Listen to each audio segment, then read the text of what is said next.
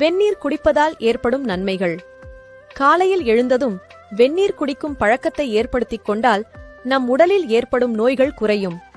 வயிற்றை சுத்தப்படுத்துவதில் வெந்நீருக்கு இணை எதுவும் இல்லை.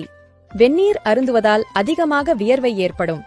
இதனால் நம் உடலின் செல்களில் உள்ள நீர்ச்சத்து மற்றும் உப்புச்சத்து முதலான கழிவுகள் வெளியேறுகின்றன. இதனால் உடல் ஆரோக்கியமாக இருக்கும்.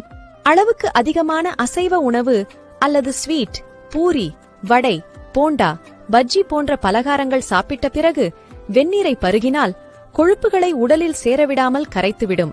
மூக்கு அடைப்புக்கு சிறந்த மருந்து வெந்நீர்தான்.